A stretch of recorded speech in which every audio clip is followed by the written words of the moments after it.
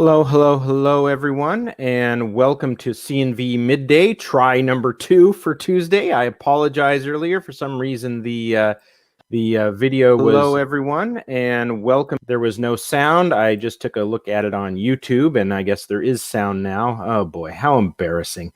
My apologies for that, but at any rate... let me just mention again that I do have that Tilt Part 2 is now 38% funded. I'm only $7 from 39% and 47 from 40%. So it would sure be nice to get there at the end of today. But, you know, if it has to wait till tomorrow, hey, that's okay too. But at any rate, we're only a week in. And, you know, it feels pretty good to be this far along this quickly. A lot of great perks still left, including, you know, physical copies of the comic book, you know, unlimited number of those. I'll print as many as I need. But still also some original art and some ways to get drawn into the comic. Those are still available. A few have been taken. Tomorrow morning, I'm going to send out an email, and if you back the comic, you'll be the first to see the original art for the King of Diamonds for the Tilt deck of cards. So yeah, do sign up, and you'll be one of the first to see that before I display it here on the main page. Also, a couple other things. I usually do this Monday, Wednesday, Friday. This week, John Hervey and I will be hosting Indie Comic Stream on Wednesday evening.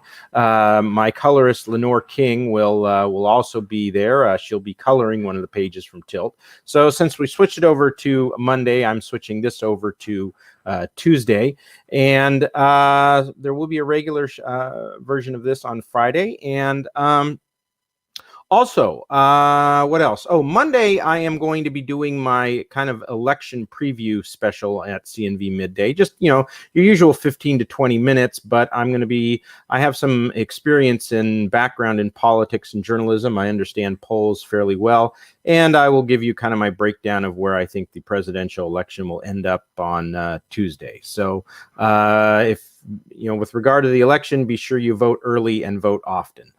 Well, just kidding on that last part. But at any rate, okay, let's move on to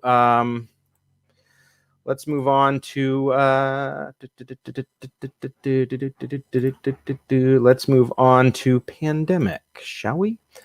All righty. Alrighty, Pandemic by your boy Zach, as you may know him, Richard Meyer. I got this in the mail the other day, and it was you know, I'll take this off here real quick just to put myself up there, and it was, you can still kind of see it was a little bent because it came shrink wrapped. Not a huge deal for me since I don't really collect my my comics, but you know, if you're you know, a collector, and you know the shrink wrapping kind of does this to it, you know, might not be a good thing. If I were your boy Zach, I would certainly look into the shrink wrapping and see, you know, because you might end up with a lot of unhappy customers. Maybe going back to the backing board and the bag is the way to go. I have yet to get a comic, any comic delivered with a backing board and a bag that did not arrive in very good condition. Okay, but let's talk about the actual comic here. All right, I like this cover. The character's main name is main character's name is Clarissa, and I like the caption up here. This is one problem she can't wash her hands of. The art, by the way, was done by Renzo Rodriguez, the coloring by Michael G.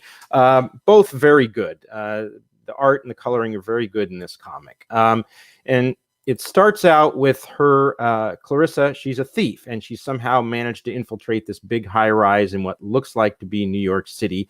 I do kind of wonder how she managed to get in here, because it seems like, you know, as we're going to see, these are kind of the men, the shadowy men who run the world, and wouldn't the security here be just absolutely airtight? But you know, somehow she gets in. So, and that, all of that, however she got in, that's all off comic. We don't really know.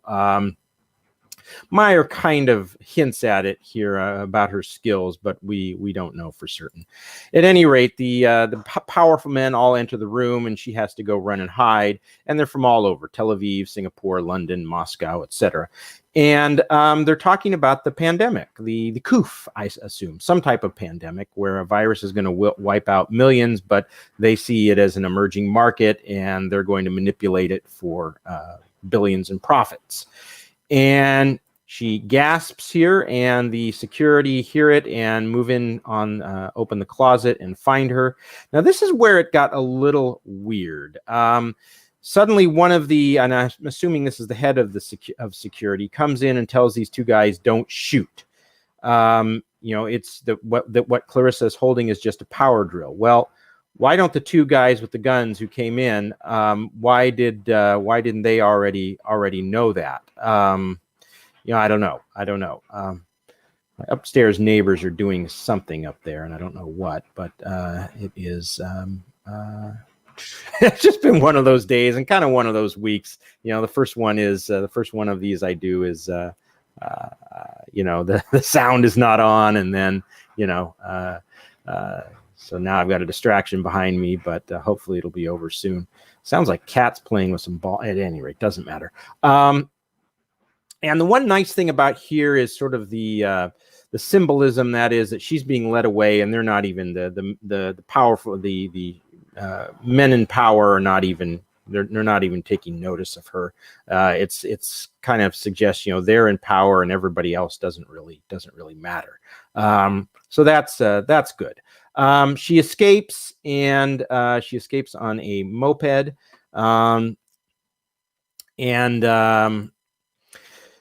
Here is there is a number of National Guard have the word has been put out, and she gets stopped, and here she shows some of her resourcefulness, saying, I'm yelling out, "I'm sick," putting people into a panic, so they run over the National Guard and drive them out of the way, and she can escape. So he's kind of addressing how quick on her feet, how resourceful she is. Maybe she was able to break in somehow to the office high rise. At any rate, she eventually gets captured here, and the head of security says she's out. I was thinking the same thing. There's just something about her, and if she washes out, well, she's already dead. And then you find out on the next page that she says, "I'm alive legally." No, you died in an alley overdose. Quite tragic. To your credit, you're one of the few 20-somethings responsible enough to have a $1 million life insurance policy. Your mother was shocked and grateful. Where am I? Mexico. No one's wearing masks. This seems a little weird that she has a life insurance policy. Okay, so she's a thief and she has a life insurance policy. No. She's a thief. She dies of an overdose in an alley, and she has a life insurance policy. Oh, wait, no, she's a thief. She dies of an overdose in a life insurance policy, an overdose in an alleyway. She rides a moped, and she has a life insurance policy. Not sure exactly what that is supposed to be. I don't know who, whether or not the powerful men set up the life insurance policy to kind of cover her, but and keep her mom off their back. I don't know, but it doesn't seem particularly logical that she would have a life insurance policy if she's a thief. At any rate, where am I? Mexico. No one's wearing masks. We're not performing surgery. You showed remarkable ingenuity, bravery, and compassion under pressure. We need people like you. To do what exactly? To wrestle a chaotic world into some semblance of order, to control new and emerging markets, to steer the planet and not into a ditch this time. It may sound a bit Machiavellian, but it's true. Someone has to run the world. And then continued in theosophy. Okay. I mean, Meyer has set up an interesting story here. You introduce the character. You don't know much about her backstory, though. But you are setting up a story. Is she going to be inducted into all the people that are trying to run the world behind the scenes? And yeah, it's not bad. But my one complaint is it feels kind of thin, kind of reedy. It was only about 22 pages. And I just, it feels almost like I'm just in the first 10 minutes of a movie here. And you know, if this was an ongoing series and I only saw the first 10 minutes or 15 minutes, you know, I wouldn't feel like I really got my money's worth on in the first particular episode here. So this first issue, yeah, it feels thin. You know, it's not bad, but if you want to see a comic that kind of sets things up for, you know, the story later on, has a good origin story, it's Johnny Phantasm issue #1. That one really shows how to do this properly. So again, not bad. There are a few problems here, but the art, you know, the art is good. Couple leaps in logic and stuff, but overall the art is good. The story is he's setting it up well, and I am probably going to back issue 2 whenever it comes out. So it'll be interesting, but yeah, it feels a little thin. There are a few minor problems with it, but you know, that's okay. Alrighty, once again, tomorrow evening, 8 p.m. Indie Comic Stream. I'll be co-hosting with John Hervey, and Lenore King, my colorist, will be on coloring a page. And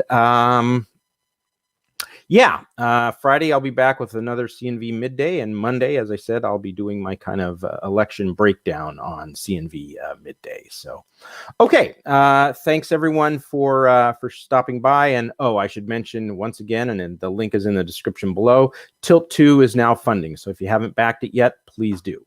Alrighty, thanks everyone, and have a good rest of your day.